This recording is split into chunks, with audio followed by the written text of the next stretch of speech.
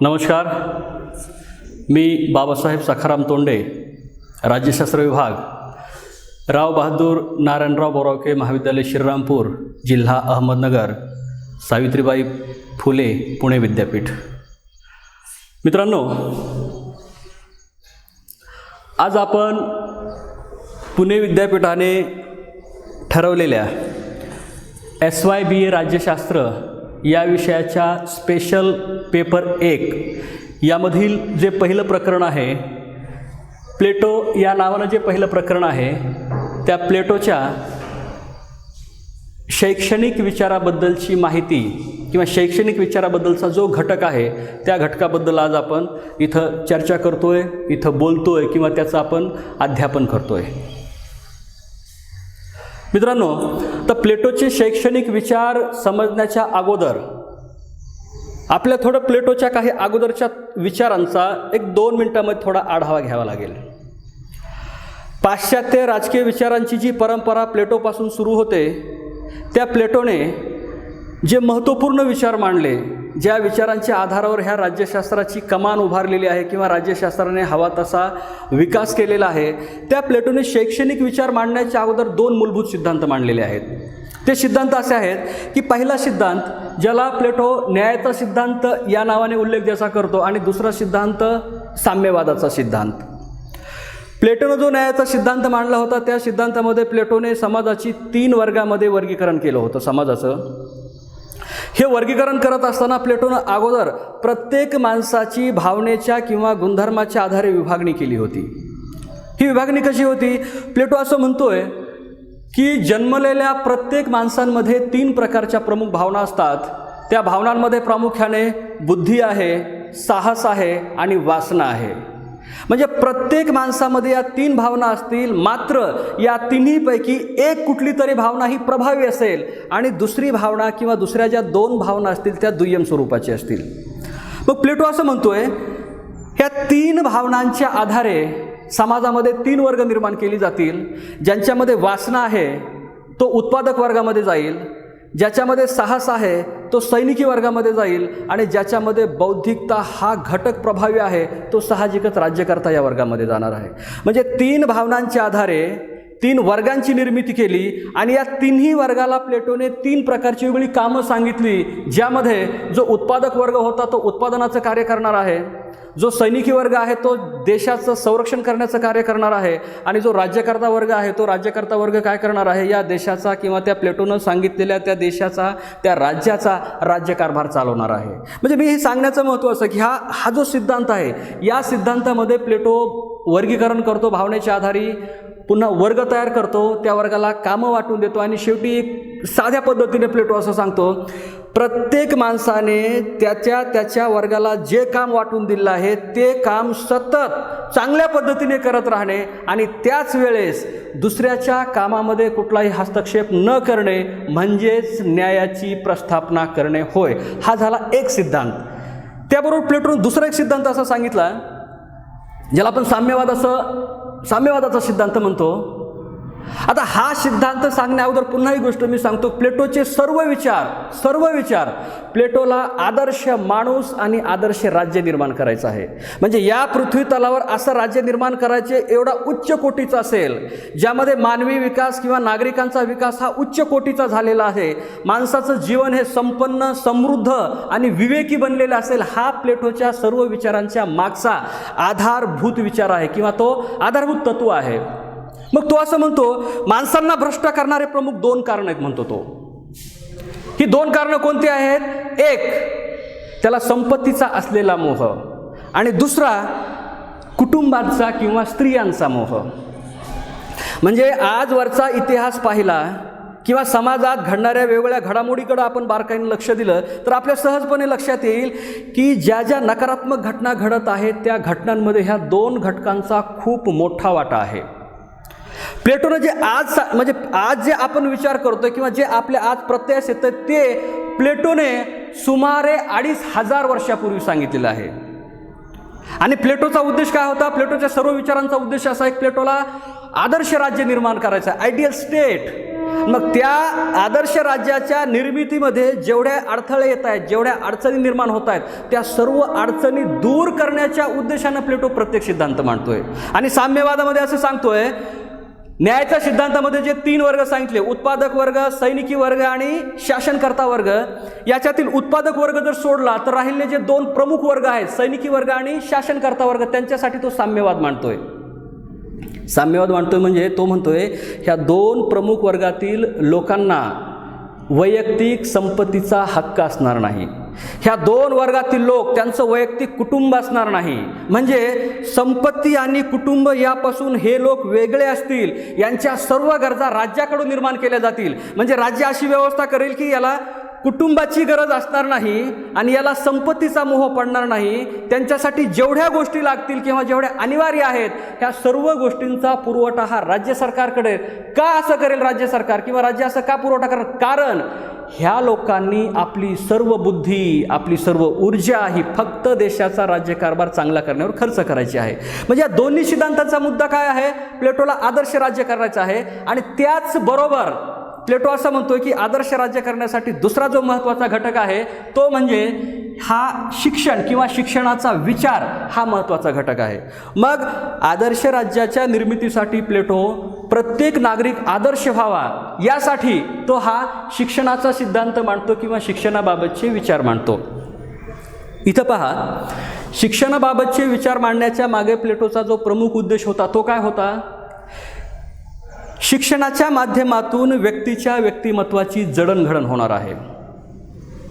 इतिहास आपल्याला असं सांगतो, जो माणूस अत्यंत अविवेकी, अत्यंत रानटी होता, त्या रानटी माणसापासून जो आजचा झालेला आधुनिक माणूस आहे, हा जो परिणाम आहे किंवा हा जो बदल आहे, हा बदल एकमेव आणि एकमेव शिक्षण या घटकाचा असलेला परिणाम आहे.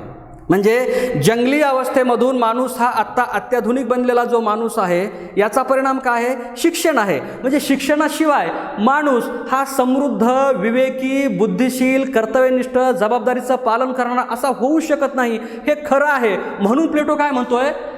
शिक्षणामुळे त्याच्या व्यक्तिमत्वाची जडणघडण होईल, त्याला कर्तव्याची जाणीव त्याच्या मनामध्ये निर्माण होईल. आपलं जनतेप्रती कुठलं उत्तरदायित्व आहे, आपलं राष्ट्राप्रती कुठलं उत्तरदायित्व आहे, आपलं समाजाप्रती कुठलं उत्तरदायित्व आहे, याची त्याला जाण होईल, याचं त्याला भान असेल आणि ज्याचा परिणाम हा सामूहिक विकासासाठी सकारात्मक होईल. याचबरोबर प्लेटोला काय करायचं होतं?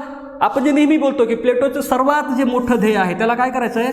त्याला आदर्श राज्याची निर्मिती करायची, त्याला आयडियल स्टेट निर्माण करायचं आहे. त्याला असं राज्य निर्माण करावं की ह्या पृथ्वी तलावर तो एक प्रकारचा स्वर्ग असेल. इथला राजा, इथली जनता, त्यांचं जीवन, ह्या राज्याचा विकास हे या पद्धतीने विकसित झालेला असेल की त्याची कल्पना. म्हणजे आजपर्यंत ह्या राज्यकारभारामध्ये जेवढे दोष आलेले आहेत ते सर्व दोष नष्ट करायचे आहेत. आणि असं दोष विरहित असलेलं राज्य म्हणजे कुठलं आहे? ते आदर्श राज्य आहे. म्हणून ही योजना प्लेटो मांडतोय. इथं पहा, प्लेटोनं जी शिक्षणाची योजना मांडली, ह्या योजनेचं साधं स्पष्टीकरण तुम्हाला पहिल्या एका वाक्यात असं सांगता येईल. माणसाचा जन्म झाल्यापासून ते वयाच्या 50 वर्षापर्यंत प्लेटो ही शिक्षणाची योजना मांडतो. म्हणजे ही प्रक्रिया जन्म झाला की सुरू होते आणि ती त्याच्या वयाच्या 50व्या वर्षापर्यंत सुरू राहते काही माणसांच्या. अशी ही प्रदीर्घ चालणारी शिक्षणाची व्यवस्था प्लेटो आपल्या विचारांमधून मांडतो. आता प्लेटोनं हा जो शिक्षणाचा विचार मांडला तो त्याच्या रिपब्लिक नावाच्या ग्रंथामध्ये मांडलेला विचार आहे, मूलभूत विचार आहे. आता शिक्षणाबद्दल बोलताना प्लेटो पहिल्यांदा काय करतोय? शिक्षण प्रक्रियेची जी योजना आहे त्या योजनेला प्लेटो 2 भागामध्ये वर्गीकृत करतोय.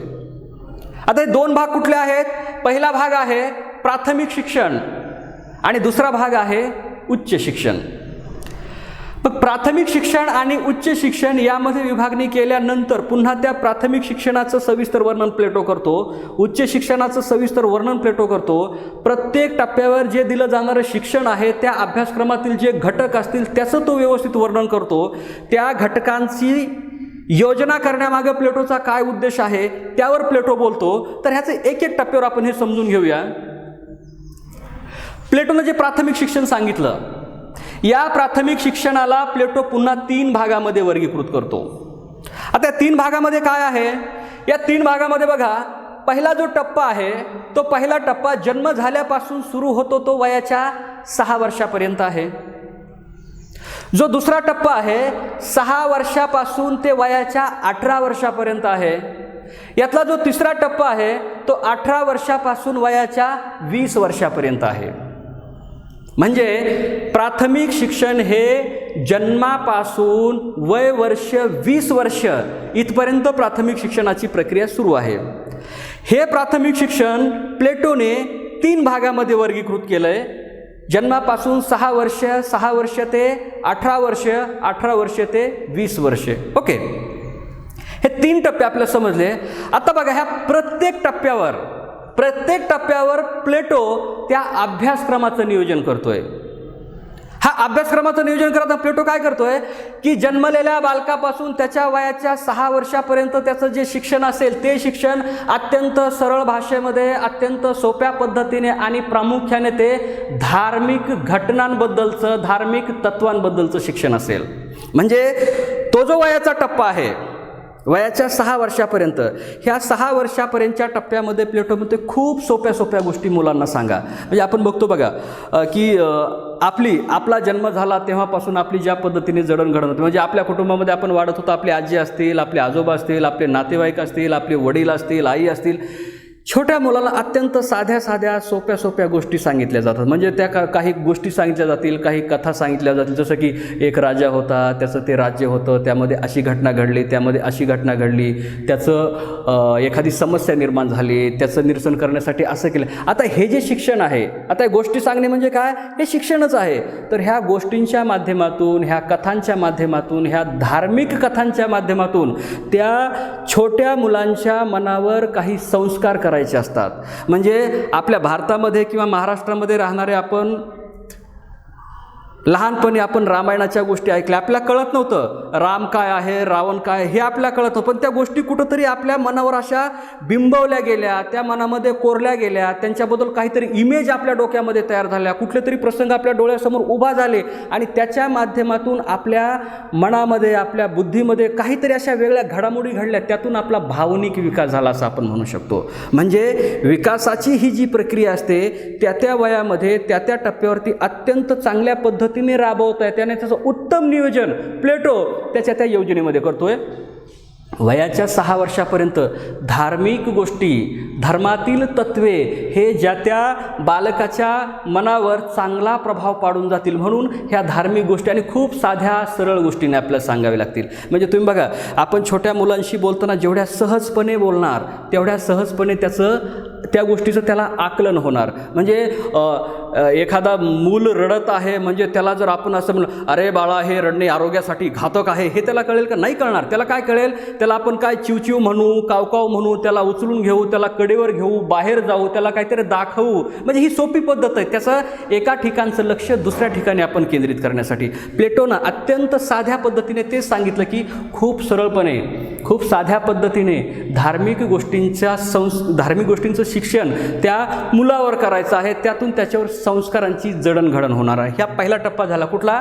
प्राथमिक शिक्षणाचा. त्यानंतरचा प्लेटो दुसरा टप्पा सांगताय तो कुठला? वय वर्ष 6 ते वय वर्ष 18, म्हणजे हा शारीरिक विकासाचा असलेला हा कालखंड आहे. वय वर्ष 6 पासून ते 18 पर्यंतचा जो कालखंड आहे, या कालखंडामध्ये प्लेटो जे विषय सांगतात त्यामध्ये काय आहे?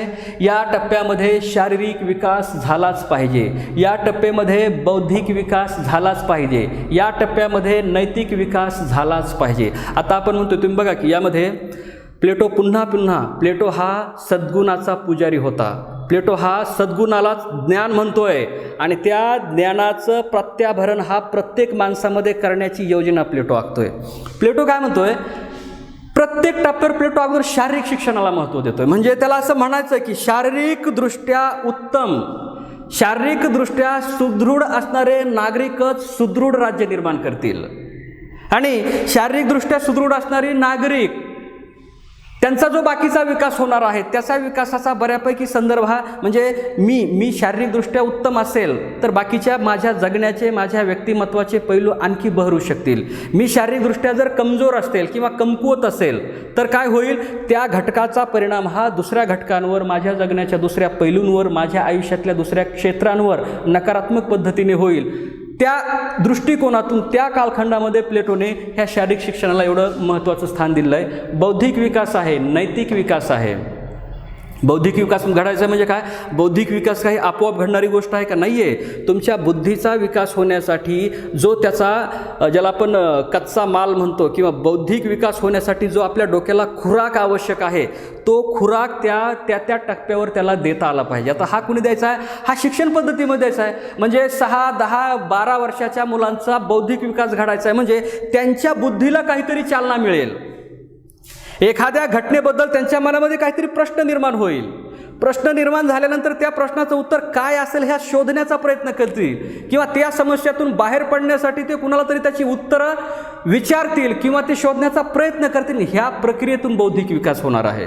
म्हणजे बौद्धिक विकासासाठी काय आहे, बौद्धिक विकासासाठी तुम्हाला त्या स्तरावर त्या मुलांमध्ये प्रश्न निर्माण करायचे आहेत, त्याची उत्तरं त्यांना शोधण्यासाठी कार्य द्यायचं आहे किंवा त्यांना उत्तरं स्वतः शोधण्यासाठी प्रवृत्त करायचं आहे किंवा आपण त्या बौद्धिक विकास होण्याच्या दृष्टिकोनातून त्यांचं अध्ययन करायचं आहे. म्हणजे शिक्षणाच्या पद्धतीमध्ये आपल्या डोळ्यासमोर म्हणजे त्या काळामध्ये प्लेटोनं त्या शिक्षण पद्धतीमध्ये जी शिकवणारी माणसं आहेत, जी अध्यापन करणारी माणसं आहेत त्यांच्यापुढं हा ठेवलेला घटक आहे. तुम्ही असं शिक्षण द्यायचं आहे ज्याच्यातून त्याचा बौद्धिक विकास होणार आहे, ज्याच्यातून त्याचा नैतिक विकास होणार आहे, ज्याच्यातून त्याचा शारीरिक दृष्टीने विकसित होण्या किंवा शारीरिकदृष्ट्या तो सुदृढ होण्यासाठी त्याला त्यातून खूप म्हणजे महत्त्वाची माहिती किंवा मार्गदर्शन मिळणार आहे. याला आपण वयवर्ष 6 ते 18 पर्यंतचा शैक्षणिक टप्पा म्हणतो. त्यानंतर बघा वयवर्ष 18 ते 20 हा 2 वर्षाचा टप्पा. आता या 2 वर्षामध्ये प्लेटोने फक्त एकाच घटकावर केंद्रित केले. हे शिक्षण कशाचं असेल, हे लष्करी शिक्षण असेल. हे शिक्षण म्हणजे हे सैनिकी शिक्षण असेल.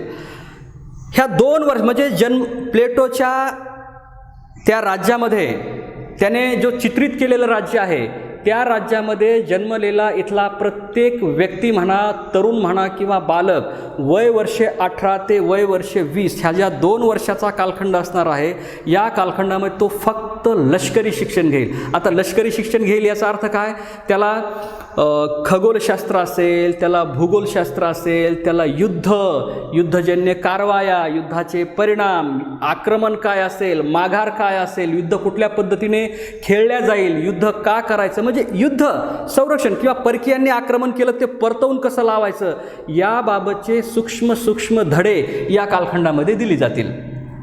पुन्हा बघा वय जन्मापासून ते 20 वर्षापर्यंतचा हा पहिला टप्पा प्राथमिक शिक्षणाचा टप्पा प्लेटोने इथं पूर्ण केला. ठीक आहे, प्रत्येक माणसाचा हा टप्पा आहे.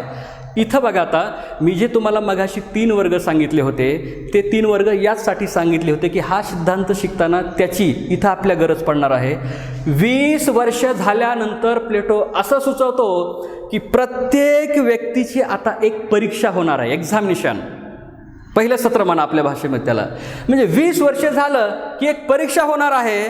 त्या परीक्षेमध्ये जी मुलं पास होणार आहेत त्या मुलांचा किंवा त्या मुलांना प्लेटो उच्च शिक्षणासाठी पाठवतोय आणि या परीक्षेमध्ये जे नापास होणार आहे ते सर्व नापास झालेली मुलं, मुली किंवा तरुण त्यांना प्लेटो उत्पादक वर्गामध्ये पाठवतोय. म्हणजे ह्या पहिल्या टप्प्यावर म्हणजे इथं जी परीक्षा होते त्या परीक्षेमध्ये प्लेटो एका वर्गाची निर्मिती करतोय आणि तो वर्ग कोणता आहे, उत्पादक वर्ग आहे.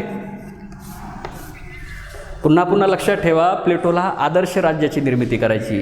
प्लेटोला समाजातील सर्व लोकांचं ह्या 3 वर्गामध्ये वर्गीकरण करायचं आहे आणि हे वर्गीकरण करत असताना ही शिक्षणाची जी पद्धत आहे त्या पद्धतीचा एक प्रमुख आधार प्लेटो घेतोय. ठीक आहे, या परीक्षेमध्ये जे नापास झाले, फेल झाले, अनुत्तीर्ण झाले ह्या लोकांना प्लेटो उत्पादक वर्गामध्ये पाठवतोय. म्हणजे एक वर्ग म्हणजे वयाच्या 20 वर्ष संपल्यानंतरच जे पुढच्या शिक्षणासाठी अपात्र आहेत ते कुठे गेले, उत्पादक वर्गामध्ये गेले. ठीक आहे, आता ह्या परीक्षेमध्ये जे पास होत आहेत हे पास झालेले लोक कुठे गेले, पास झालेले लोक पुन्हा उच्च शिक्षणाकडे गेले.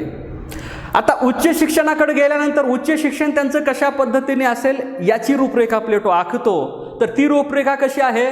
पहिला टप्पा आहे 20 वर्ष ते 30 वर्षाचं शिक्षण आणि दुसरा टप्पा आहे 30 वर्ष ते 35 वर्षापर्यंतचं शिक्षण.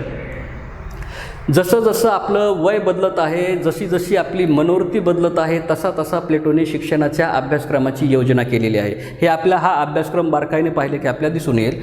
आता 20 ते 30मध्ये ह्या प्रमुख गोष्टीवर प्लेटो भर देतोय. कुठल्या? या कालखंडामध्ये त्याचा शारीरिक विकास पूर्ण क्षमतेने सुरू असलाच पाहिजे, म्हणजे त्याच्यासाठी त्याला शारीरिक शिक्षण दिलं पाहिजे. तो आता आयुष्याच्या खूप चांगल्या टप्प्यावर आहे, तो बौद्धिकदृष्ट्या सक्षम बनला पाहिजे, त्याची आजची जी बौद्धिकता आहे त्यामध्ये आणखी विकास झाला पाहिजे, तो बुद्धिमान माणूस बनला पाहिजे, ज्याची आपल्या आदर्श राज्यामध्ये गरज आहे. बुद्धिमान व्हायचं आहे, त्याला खूप चांगला सक्षम माणूस व्हायचा आहे, म्हणजे त्याला त्या कालखंडामध्ये गणित ह्या विषयाचं विशेष ज्ञान असलं पाहिजे. लक्षात घ्या, प्लेटोचा कालखंड हा 2500 वर्षापूर्वीचा कालखंड आहे. आणि ठीक आहे, त्या कालखंडामध्ये असं असू शकतं, आजही काही गणिताचं महत्त्व कमी झालं असं आपण म्हणत नाही, गणिताचं महत्त्व आहेच. पण त्या कालखंडात तर ज्याला आपण म्हणतो की जे शिक्षणाच्या ज्ञानाचा प्रसार असेल, त्या काळातली आकडेमोड असेल, त्या काळामध्ये बाकीच्या सुविधांचा अभाव असल्यामुळे प्रामुख्याने हे गणित, आकडेवारी, त्याबद्दलच्या ज्या ज्या गोष्टी असतील त्या गोष्टींमुळे कदाचित गणिताचं खूप महत्त्व प्लेटोच्या अनेक संदर्भामध्ये गणित असेल, भूमिती असेल, खगोलशास्त्र असेल, त्याच्या अकॅडमीमध्ये शिकवले जाणारे हे प्रत्यक्ष विषय होते. गणित होतं, खगोलशास्त्र आहे, तर्कशास्त्र आहे किंवा तर्कावर भर. तर्क हे कुठल्या अर्थाने घेतो आपण? काही माणसं खूप तार्किक असतात. तार्किक म्हणजे एक घटना घडली की त्या माणसांना कळतं ही घटना का घडली असेल त्याबद्दल ते तर्क लावतात, किंवा त्या घडलेल्या घटनेचे परिणाम काय होणार आहेत याबद्दल त्यांना तर्क कळत असतो. म्हणजे काही माणसांना काही गोष्टीचे परिणाम तात्काळ कळतात, काही माणसांना ते कळत नाहीत किंवा काही माणसांना खूप कमी प्रमाणामध्ये. म्हणजे ज्यांचं तर्कशास्त्र चांगलं आहे ते काय करतील? ते आपल्या भवितव्याचा, भविष्याचा, आपल्या राज्याच्या भविष्याचा आधार घेतील किंवा भूतकाळातील घडामोडींमधून काहीतरी नव्याने शिकतील. म्हणून ज्याला त्याला किंवा इथल्या प्रत्येक माणसाला तर्कशास्त्र किंवा प्रत्येकाचं तर्कज्ञान हे चांगलं असलं पाहिजे असा प्लेटोचा आग्रह आहे. म्हणून ह्या 20 ते 30 वर्षाच्या कालखंडामध्ये तो तर्कावर विशेष भर देतो. आणि इथं सर्वात जास्त जो भर देतो त्या टप्प्यामध्ये तो लष्करी शिक्षणावर भर देतो. म्हणजे इथं बघा, ह्या 18 ते 20मध्ये सुद्धा लष्करी शिक्षण आहेच, परंतु त्याच्यात जे अनुत्तीर्ण झालेले आहेत ते कुठे गेले? उत्पादक वर्गामध्ये गेलेले आहेत. आता इथं जे आले, इथं सुद्धा लष्करी शिक्षण हे अनिवार्य आहे, ते कंपल्सरी आहे, त्याच्यावरही भर देतोय.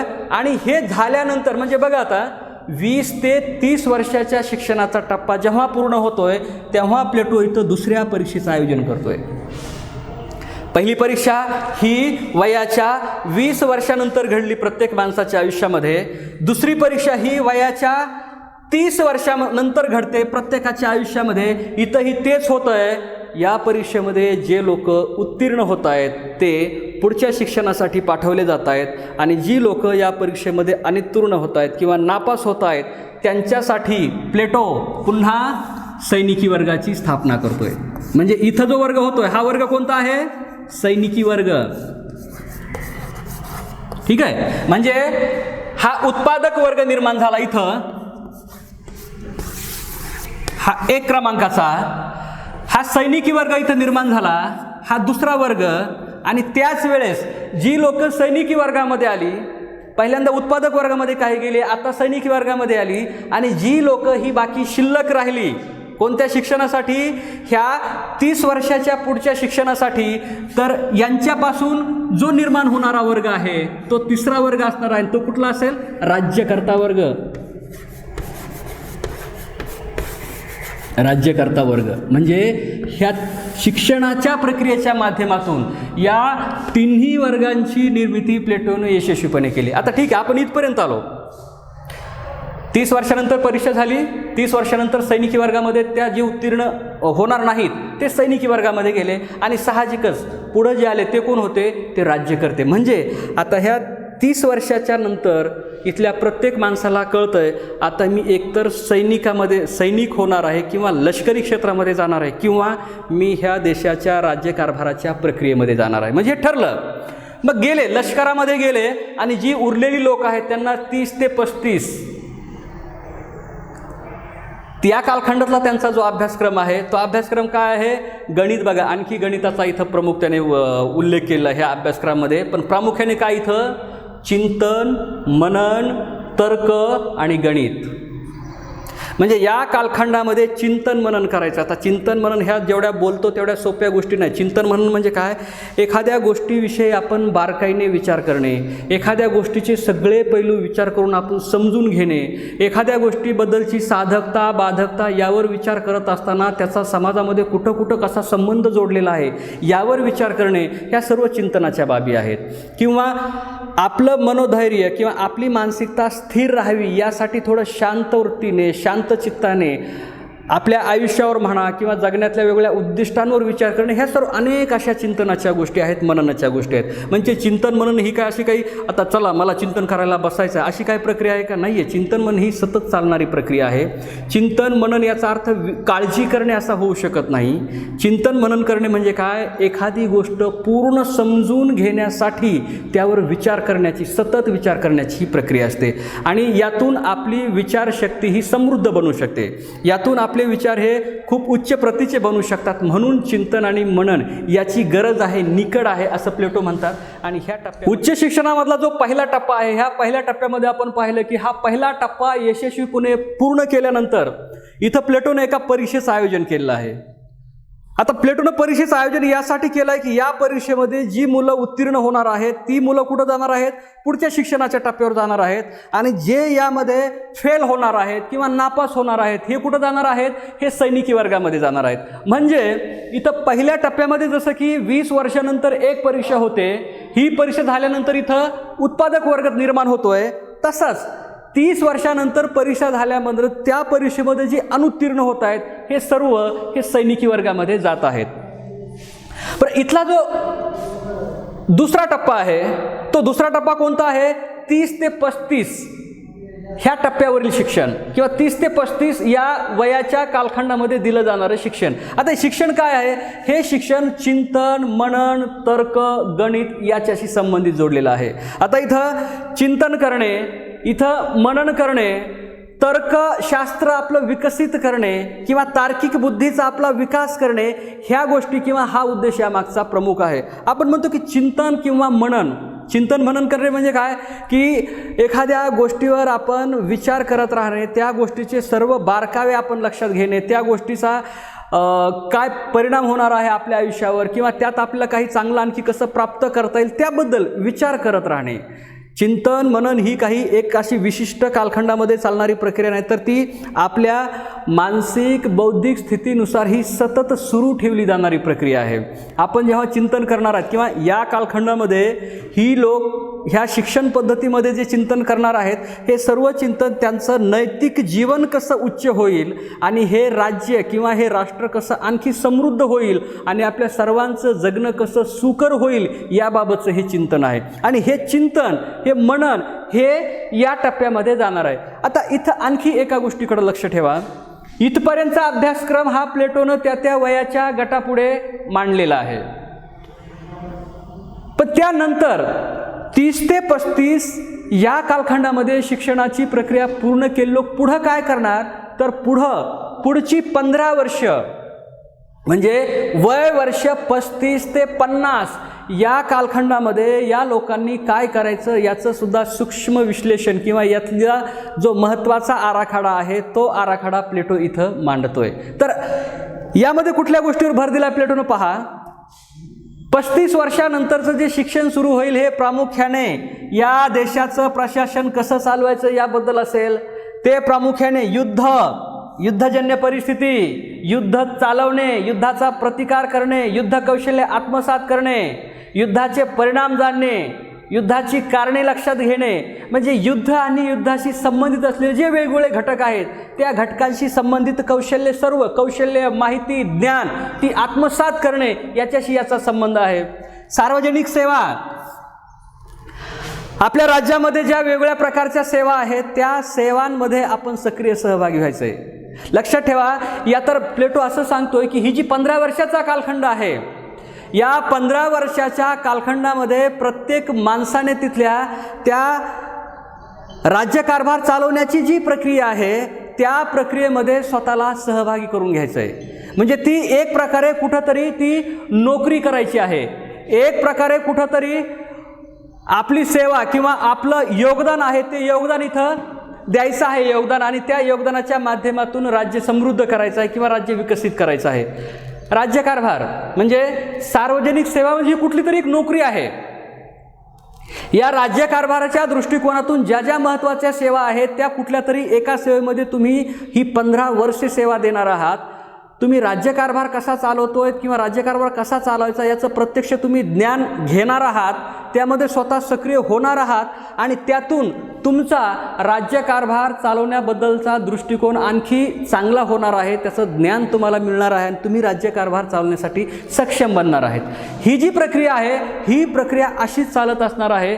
ह्याच टप्प्यातली लोक देशाचा राज्यकारभार चालवणार आहेत किंवा एखादा प्रमुख प्रशासक ह्या देशाचा राज्यकारभार चालवण्यासाठी असेल तर त्याला सपोर्ट करणारा गट किंवा त्याला समर्थन देणारा गट किंवा छोट्या छोट्या गोष्टींमध्ये सहकार्य करणारा गट हा कुठला असणार आहे, हा या टप्प्यावर म्हणजे त्या गोष्टींची माहिती ह्या टप्प्यावर घेतली जाणार आहे.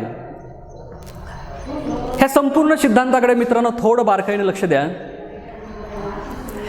प्लेटोने जी शिक्षणाची व्यवस्था मांडलेली आहे ही व्यवस्था जन्माच्या वेळेपासून सुरू होते आणि ती व्यवस्था मॅक्झिमम सर्वच लोकांसाठी तर कमीत कमी ह्या शिक्षण प्रक्रियेमध्ये 50 वर्षापर्यंत ही प्रक्रिया काही लोकांशी संबंधित आहे.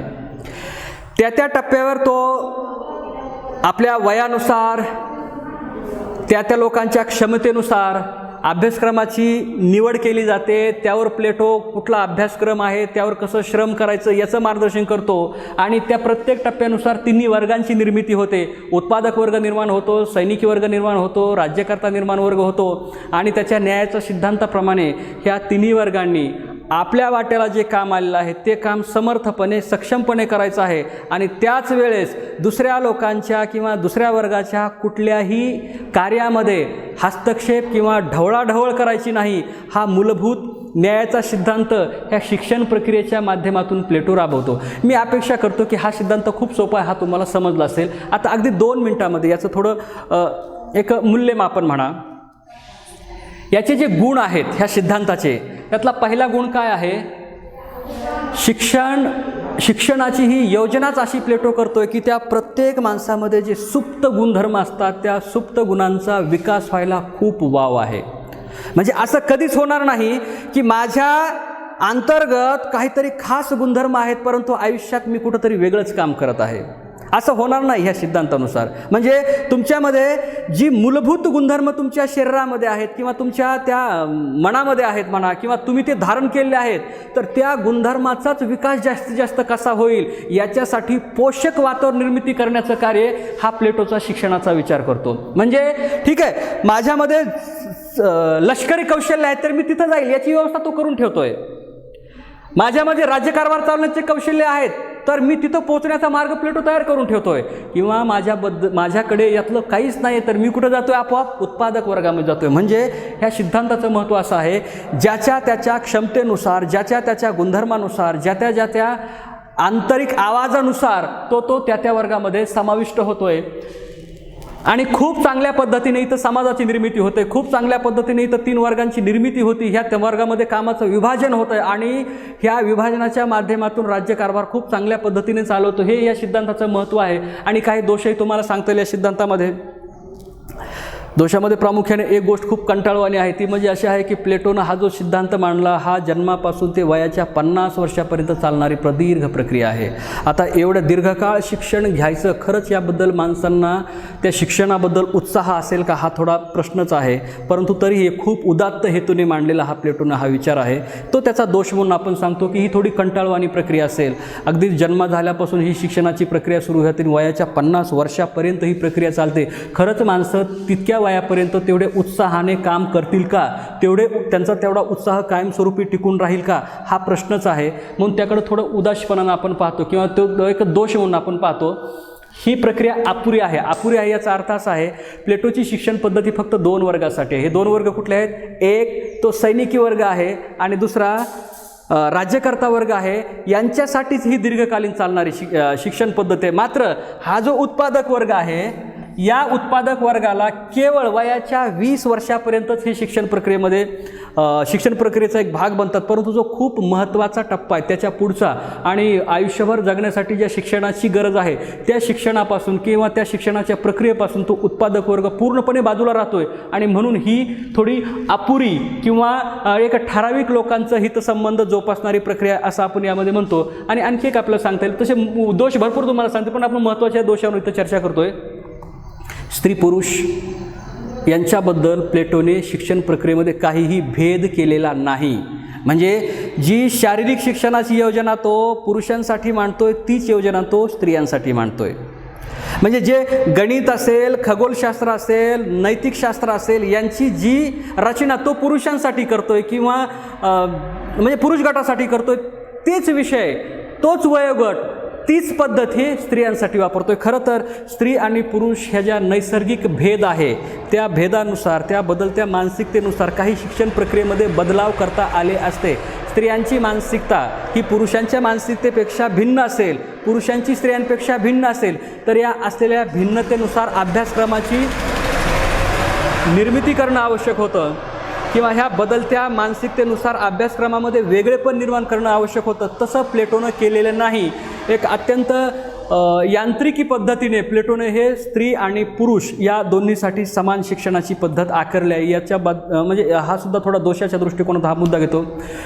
तर मित्रांनो, मी अपेक्षा अशी करतो, हा प्लेटोचा शिक्षणविषयक सिद्धांत, त्यानं केलेलं वर्गीकरण, त्यातून निर्माण होणारे वेगवेगळे वर्ग, त्यांना दिलेली कामं आणि या सर्वांच्या माध्यमातून प्लेटोचं जे मुख्य स्वप्न होतं किंवा उद्देश होता आदर्श राज्याची निर्मिती करायची, तर हा संपूर्ण ह्या शिक्षणाची जी पद्धत आहे, जी रचना आहे, ही तुम्हाला कळली असेल, याचं तुम्हाला महत्त्व कळलं असेल. याचे तुम्हाला काही दोष, जरी यामध्ये काही दोष सांगितले असतील तरीसुद्धा हा सिद्धांत अत्यंत महत्त्वाचा आहे. म्हणून 2500 वर्षापूर्वी मांडलेला सिद्धांत आजही आपण शिकतोय. आजही आपण त्या सिद्धांतामधून काही मूलभूत गोष्टी शिकण्याचा प्रयत्न करतोय, त्याचा प्रसार करण्याचा प्रयत्न करतोय. म्हणून हा सिद्धांत महत्त्वाचा आहे.